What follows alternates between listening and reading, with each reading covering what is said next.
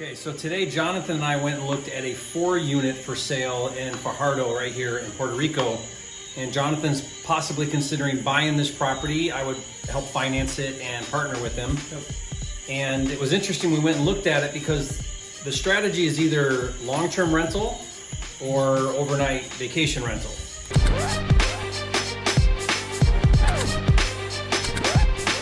$1 doesn't get you much these days, but for a limited time, you can get 100 seller leads for just $1 with Jerry Norton's motivated seller database. Grab them now at 100sellerleads.com. Right now, vacation rental is really high demand because there's not a lot of units for that here in Puerto Rico. So what I want to do with Jonathan is do a breakdown comparison between the two. So we sat down and we ran the numbers and we're just going to review them. And really the question is, should we put long-term renters in there for, year-long leases, or should we get the tenants out and do Airbnb, VRBO overnight rental? So here's kind of the deal. The seller wants $285,000, right? He'll take $50,000 down as a down payment and then finance the balance of $235,000 at 8% interest, amortized with a 5-year balloon, meaning the loan, you have to pay the guy off in 5 years on the balance. So we did the math on a free calculator that shows at 8% on $235,000, the payment with taxes and insurance would be right around $2,000. Yeah, 2,000. And the rental income says there's 2 units for $650 is the going rent. Yep. And then the other 2 units are how much? I would say $750? $700. $700. So a total of how much in rent income? About $2,700. Yep, so $2,700 in total gross rents, and a payment with principal, interest, taxes, insurance, they call that PITI, would be around $2,000. So how much cash flow? About $700. Around $700. But we did not know this until we got there. What's the deal with the electric? That they only have, how's it work? One electric Meter. to cover the whole entire, all the 4 units. So then you're paying for the electric bills. Yeah, so they have the 4 units, the 4 meters, so it's separated. Now we'll want to confirm that, but they're only, right now it's all on 1 meter. Yeah. And so that means the owner, if we were to buy it, we would have to pay the electric because you can't have the tenants pay it since it's all combined. So we're guessing that that's probably going to be running around $400 a month for all 4 units, which now takes your cost from $2,000 to $2,400, and it takes your cash flow from $700 down to $300. Yeah, so really tight because that doesn't leave any room for any kind of error, right? Yeah. So maintenance, repairs, vacancy, property management, so too tight, like not a deal. But if we take a look at overnight rental, drastically different. Yeah. So let's assume that we got the tenants out. We're gonna have to do some fix up on it because it needs to be nice now for Airbnb. But the going rate for something like these is around $100. Yeah. And maybe a little bit more for the 3s, a little bit less for the 2s, but let's call it $100 per unit. So that's $400 a night, right? Because there's 4 units, $400 a night.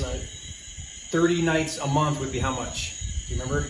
Wasn't it like 12,000. 12,000. But that would be assuming every night's booked, which it's not. So about 60%. 60% occupancy. Which was down to like 750? 7,200 7,200 is a reasonable occupancy.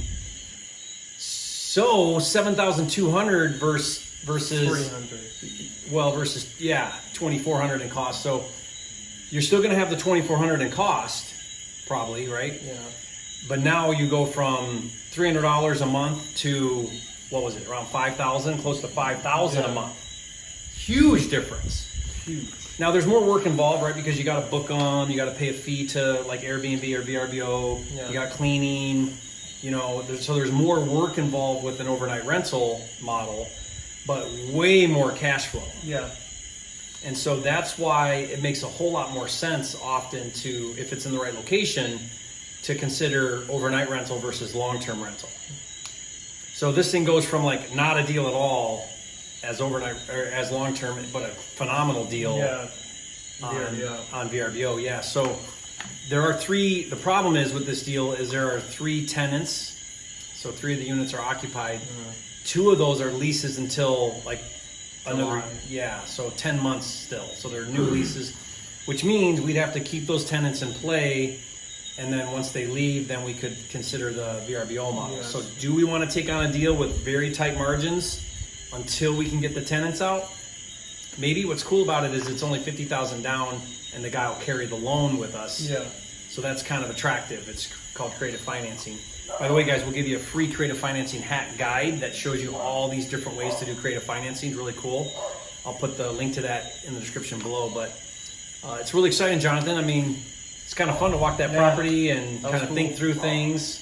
Yeah, we talked about, okay, well, what would we do if we had to rehab it, and what changes can we make? So what we asked the seller to provide us is a 12-month of history on the electric. Yeah.